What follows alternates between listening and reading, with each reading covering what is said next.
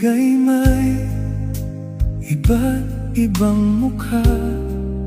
May malalim, may biglaan, may tila isang hiwaga. Di agad maunawaan ng isipan ng iba. Minsa'y di may paliwanag ng pusong may dama. Walang kasing tamis na pagmamahalan sa una.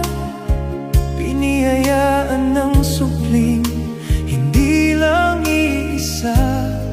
Ngunit binago ng panahon ang damdamin ng kapareha. Tahanan ay nawasak, dangal ay nasisira. Mag-childhood sweetheart hanggang kolehiyo, mga magulang nila ay magkakasundo. Ngunit lahat biglang nagbago sa isang iglap lang. Sa hindi inaasahan, panahon ay nakialam. Pag-ibig minsan ay di maintindihan. Pag nakatadhana'y tinagtana sa atin mga nilalang.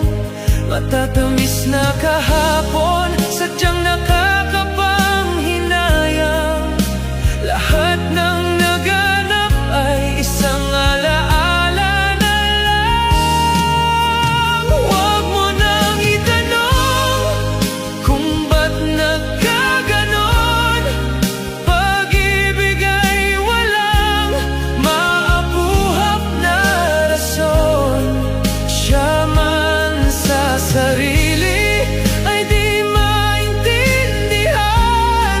Pag-ibig na nag-ugat sa tawag ng laman. Kahit na alam niya may masasaktan na asawa at anak, o kaya ang kasintahan.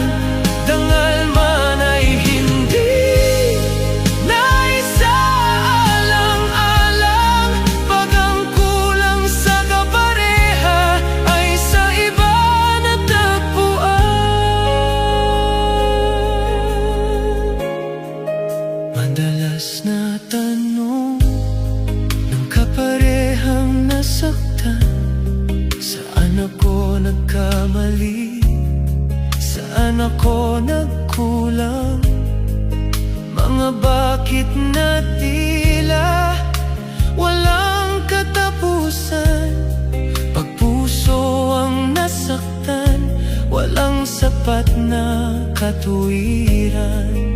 Masakit may kailangan tanggapin ang katotohanan.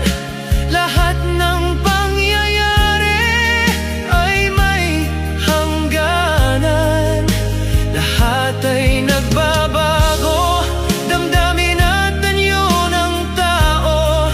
Dahil walang permanente sa ibabaw ng mundo. Lahat ng naganap dito sa balat ng lupa ay kalooban ng Diyos. Siya lahat ang may akda. Bawat pagsubok sa buhay nating dumaan ay paghubog ng Diyos sa ating katatagan. Sa rurok ng kasiyahan, ang kapalit ay kalungkutan. Sa sithi ng kalungkutan, dahil sa kasawian. Sa masayang bukas ay ihanda ang iyong sarili. Dinisenyo ng ating Diyos ang buhay natin ay balanse. Huwag mo nang itanong